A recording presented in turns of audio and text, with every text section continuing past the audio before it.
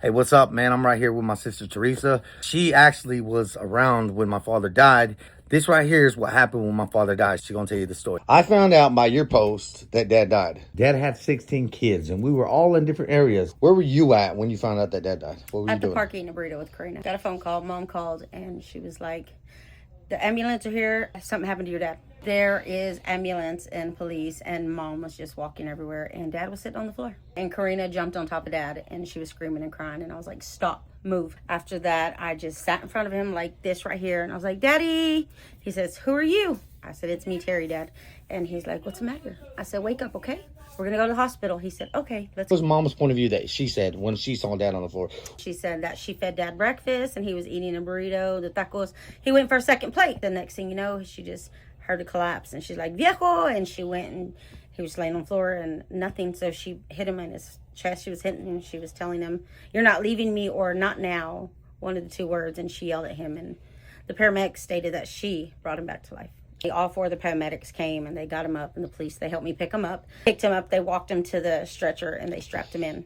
Okay. They're taking him to Wilbarger General, which of course is the closest hospital. So everybody gets in their car, we haul butt. We don't care who's behind us, in front of us. Where red light, green light comes, we're coming with them. I want to believe, and I say that Dad had already died in the ambulance going from the house to the hospital. He sat up, he was sitting there, but they were shocking him. They had a little shocker on him to help his heart.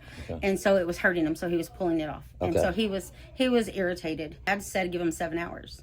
If he died at home, give everybody 7 hours, which means Amarillo had to come to Gainesville, which is about 7 hours. He made it to Vernon. For one, they're too far. And I was like, hurry up and come. I don't have time for this. I was calling, but a lot of people are at work. So my story was, Dad's in the hospital. He's dying. Get over here now. That's it. No questions, no answers. Don't even pack panties. Let's go. You gave him that warning, but at the same time, some of us probably thought, oh, this is one of them other phone calls. Because there have been many other times where everybody left their job and they went there, but they were false alarms. And this one was the real one. He did have a paper not to be saved. But Russell asked him, Dad, do you want to be saved? And he said, yes, save me. So for him to wanting to be saved, she said, okay, we're saving you. And then they said, we're going to send him to Wichita Falls and send him for a pacemaker. So said, okay.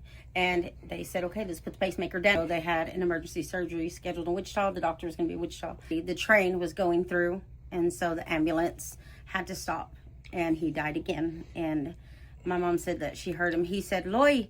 And next thing you know, he was gone. And the ambulance asked the other ambulance, what do I need to do to get out? And he said, there's nothing we can do. Yeah. Well, thank you for sharing that, man. You're welcome.